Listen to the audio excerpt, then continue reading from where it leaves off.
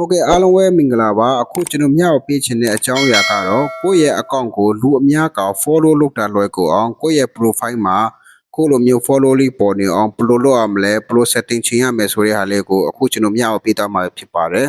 Okay ပထမဆုံးကိုယ့်ရဲ့ profile အောက်ကမြင်းတုံးကြောင်းတဲ့ menu လေးကိုသွားပါမယ်ပြီးလို့ရှိရင်အပေါ်က setting တေးသေးလေးကိုကျွန်တော် set သွားပါမယ်ပြီးရင်အောက်ကိုနည်းနည်းဆွဲချလိုက်မယ်အဲ့မှာ how people can find and contact you ကိုကျွန်တော် set သွားပါမယ်ပြီးလို့ရှိရင် who can send you friend request ကိုကျွန်တော် set သွားမယ်အဲ့မှာ friend of friends ကိုထားပြရမှာဖြစ်ပါတယ်ကျွန်တော်ကတော့ထားပြီးသားဖြစ်လို့ friend of friends လို့ပေါ်နေတာပဲဖြစ်ပါတယ် Okay ကျွန်တော်တို့နောက်ကိုပြန်ဆုပ်ပြီးခါမှာအောက်မှာ followers and public contact ကိုကျွန်တော် set သွားမယ် Okay ဒီမှာအားလုံးကိုကျွန်တော်တို့က public လို့ထားပြရမှာဖြစ်ပါတယ် Okay ဒီလိုဆိုရင်ကျွန်တော်တို့လုပ်တာရမရကျွန်တော်တစ်ချက်သွားစစ်လိုက်ပါမယ်ကိုယ့်ရဲ့ profile ရဲ့ညာဘက်ကအဆက်30ကိုသွားပါမယ်ပြီးလို့ရှိရင်ကျွန်တော် PS ကိုနှိပ်ပါမယ် Okay ဒီလိုဆိုရင်တော့ကိုယ့်ရဲ့